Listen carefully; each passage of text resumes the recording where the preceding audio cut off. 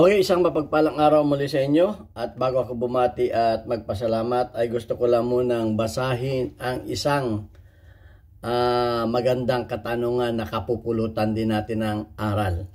Okay, ayaw niyang magpabanggit ng pangalan. Okay, unanimous ang nagpadala. Ang sabi niya, salamat po. Gusto ko lang pong matanong kung meron pong bata na nasa 12 years old may kinuhang armas mula sa yumao niyang lulo at ginamit niya yun sa pagpapaputok. Ano pong magiging kaso nun? Yung mga magulang po ba ang makakasuhan o yung bata mismo? Salamat po, sir. Ingat po. Okay, bago natin yung sagutin ay gusto ko lang kayong pasalamatan sa inyong magagandang comment na kung saan tayo dyan ay kumukuha ng mga content. At salamat din do sa mga hindi magagandang comment, gagawin ko rin yan ng content dahil yan ang platform ng ating YouTube channel. Okay, at pasasalamatan ko rin yung mga nagsishare at naglalike ng ating mga videos dahil nakakadagdag kayo sa ating mga new subscribers. At maraming salamat, lalo tigito sa mga hindi nag-skip ng ads. Nakakatulong kayo sa ating revenues na kung saan yung ating YouTube channel ang kinikita niyan ay tinutulong natin doon sa anim na mga bata na ating mga beneficiaries, anak ng mga single parent na tinutulungan natin sa pag-aaral. At lalo tigit maraming salamat yung nagpadala dito sa ating GCash number. Huwag po ninyong tawagan yan para bumili ng baril. Wala po kaming binibintang baril. At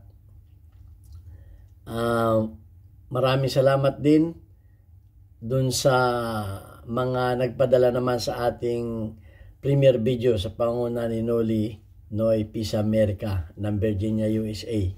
Malaki na itulong mo sa mga school supplies na binili natin nung nakaraang pasukan. Meron din tayong nabiling eyeglasses na isang bata na nagmula sa iyo.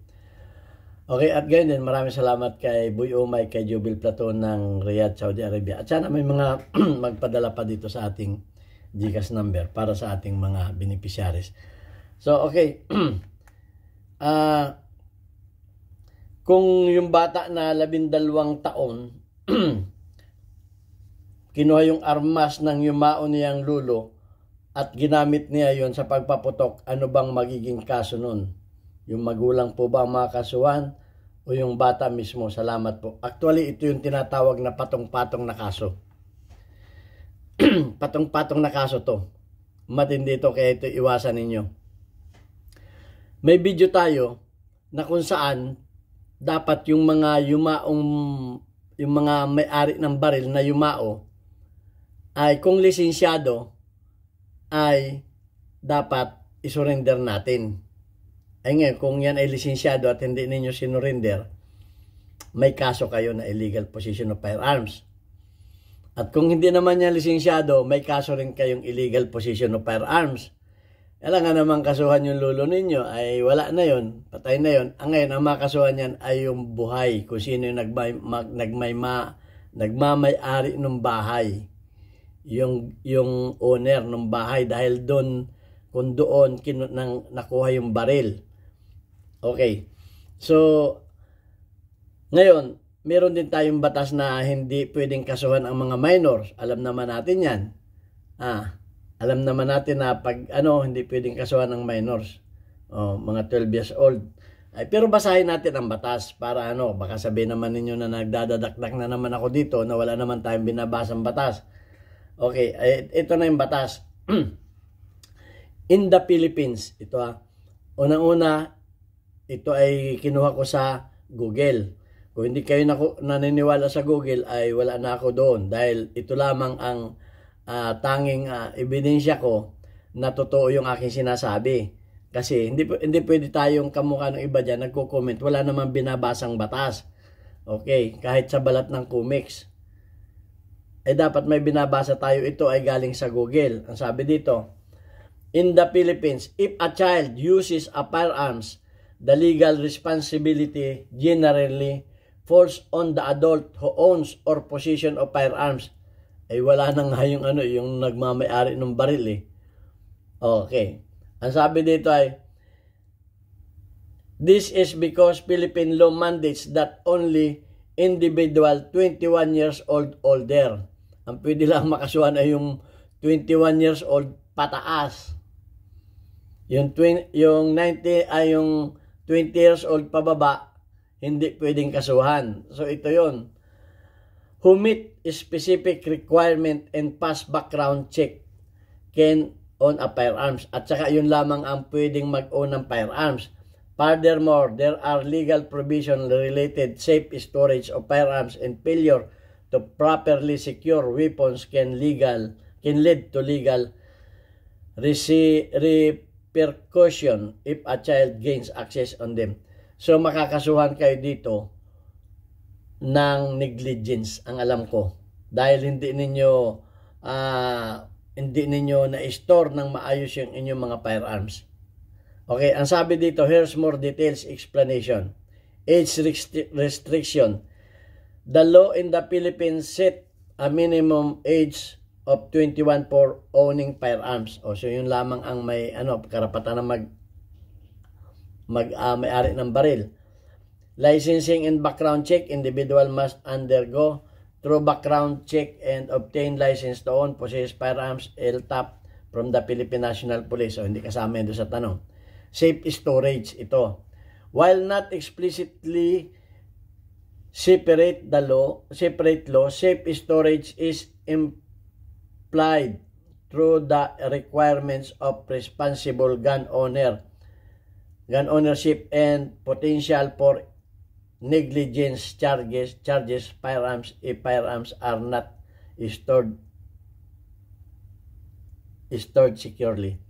So negligence nga pag hindi niyo na-stored ng maayos yung inyong mga firearms. Ito yun naman yung liability. If a child gains access to an unsecured firearms and uses it, o kung nagkameron ng access yung bata sa firearms at nagamit ito, the adult responsible for the firearms can be held liable, potentially facing criminal negligence charges if their actions are deemed reckless or dangerous. So, civil liability. Beyond criminal charges, the adult could also face legal liability for damages or injuries caused by the child's uses of firearms. So, ang may liability, ang mananagot dyan ay yung adult. Titingnan natin kung sino yung adult na yon.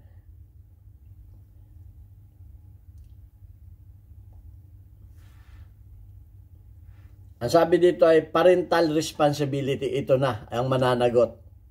Parents or guardians. Parents or guardians.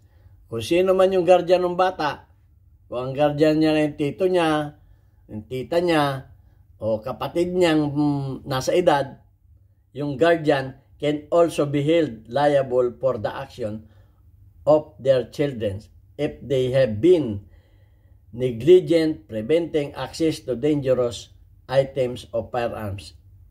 Essentially the focus is on preventing unauthorized access and ensuring firearms are stored securely to prevent misuse by minors.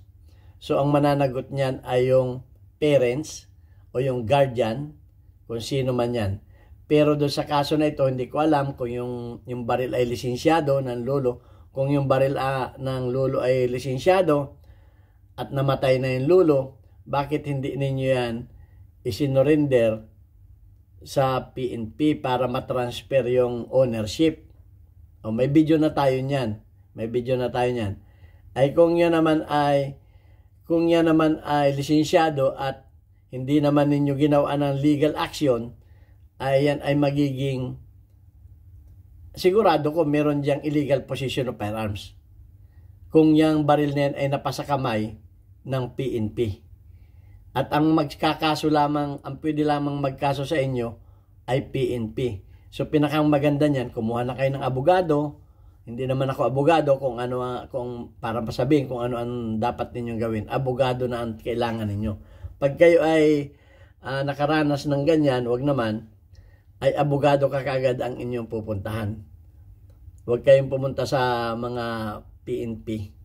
Malulubog kayo. Dahil ang abogado, kung may kasalanan, ang abogado ay pwede nilang pagaanin ang kaso, o mas maganda kung may nadisgrasya, arigluhan agad. Arigluhan. Sigurado yan. Wala kayong, kasi pagka matibay yung kaso sa inyo, dapat arigluhan ka agad yan. Huwag nang paabutin sa hukom. Pag yan ay umabot sa hukom, napakalaking problema yan. Yan aking advice. Pag sa mga ganyang problema. Kasi yan, may illegal possession of firearms dyan. May illegal possession of firearms pagdating dyan.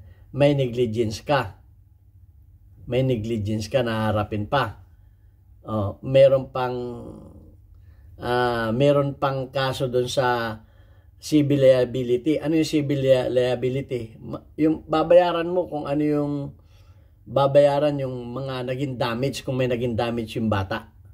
Hindi naman mananagot yung bata eh. Ang mga bata ay protektado ng batas sa atin. Hindi yan mananagot. Kahit pa hindi sa baril, kahit pa anong klaseng krimen ang ginawa ng bata, ay may batas tayo na child law na hindi pwedeng makasuhan ang mga bata na mga minors. Ang alam ko ay 18. Kung yung hindi sa baril yung hindi sa baril ay 18. Okay, sa baril naman ay 21 years ang po pwede. Okay, yun ay dito sa binasa ko. Pero hindi pa rin natin sigurado yan. Abogado pa rin ang mag-ano niyan. So, yan ang mapapayo ko. Abogado agad ang puntahan ninyo. Siyempre, pagdating sa abogado ay alam naman ninyo, attorney's fee pa lamang ay talagang gagastos kayo. At ito ang payo ko sa inyo. Doon sa mga, ako pag ako'y nag-conduct ng gun safety seminar, ipinapayo ko lagi sa mga na wag na educate ninyo ang inyong mga anak. Ako, dalhin ninyo sa firing range ang mga anak ninyo, mga bata. Sabihin ninyo ito ay hindi laruan ng bata. Pahawakan ninyo sa kanya, nila ipaputok nyo. Para maranasan. Kasi ang mga bata, curious yan. Ano kayong pakiramdam nung nagpapaputok? Ha?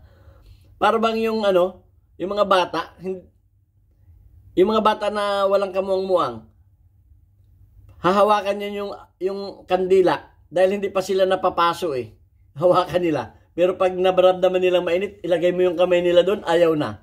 Pero pag kayong hindi pa nila alam na mainit yun, ilalagay nila, hawakan nila. Dahil hindi pa nila alam eh. Ngayon, ginagawa ko, yung anak ko na panganay pa yon, babae pa, dinadala ko sa firing range, pinapaputok ko. Yan. At yung baril ko, pag ako'y tulog, kahit nandun sa tabi ng kama, naririnig yung mga anak ko, may katabi. Mga naglalaro yung hawakan niya kay daddy yan. Hindi nila hinawakan, kahit nandun lang. Kasi, pinapahawak ko sa kanila, hawakan mo. Pero, siyempre, ko yun? Hawak ko din yung kamay nila. Pahawakan ko yung baril, hawakan yung kamay. Kakalabitin ko, di naramdaman nila yung lakas ng recoil, yung impact. Kita mo. Hindi pwede yan sa mga bata. Kay daddy lang yan. Yun. Para hindi sila nagiging reckless. Hindi sila nagiging... Ang bata kasi, ano kaya yung pakiram na nakakapanood sa pelikula? Ano kaya pakiramdam ng papaputok na yun? Papanood nila, gera eh. Parang ang sarap nun. Nakakita ngayon ng totoong baril. At gusto rin niya magpaputok eh. Ibibili pa natin muna ng mga laro-laruan yan. Baril-barilan. Kala nila baril-barilan pa. May nabalita nga nun eh. Yung katulong yata, yung matagal na yun, hindi ko na masyado matandaan, na namatay. Dahil nga nakuha ng bata yung baril, na binaril yung kanyang yaya. May mga ganun. Kaya nga, pagdating sa ganyan, dapat talaga maingat tayo. O di kaya, meron talagang bolt shape na storage yung mga baril para maiwasan natin yung mga ganyang pangyayari. Ay mabuti kung walang nadidisgrasya. Ay malay mo, yung bata, 12 years old na, may nakaaway.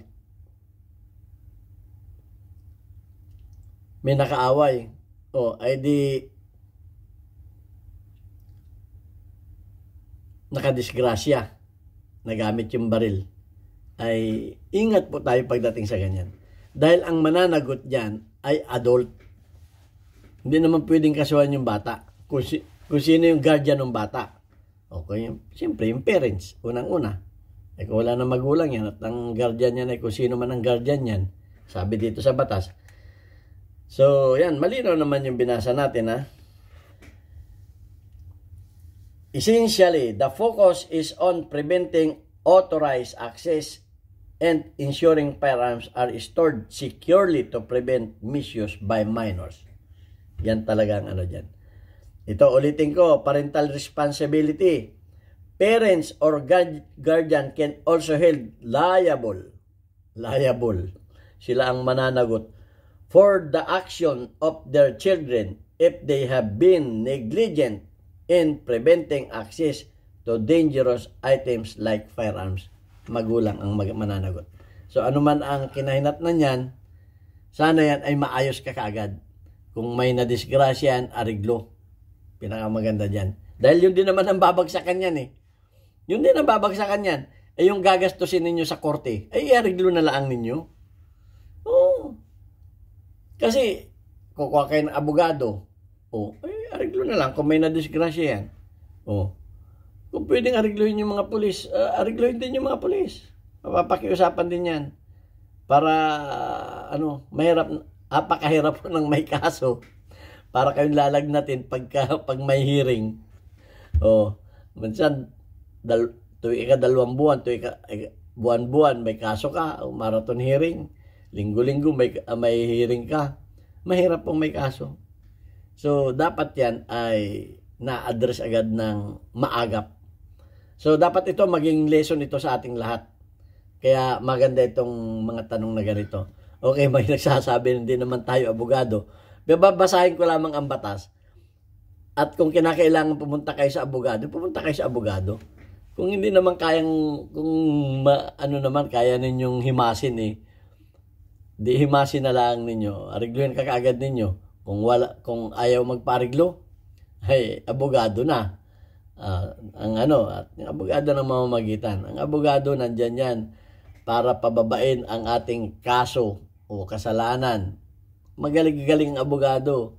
Ayan ay kahit may kasalanan tayo, bababa yung ating kasalanan. Ako nakasuhan ako ng grave threats threats.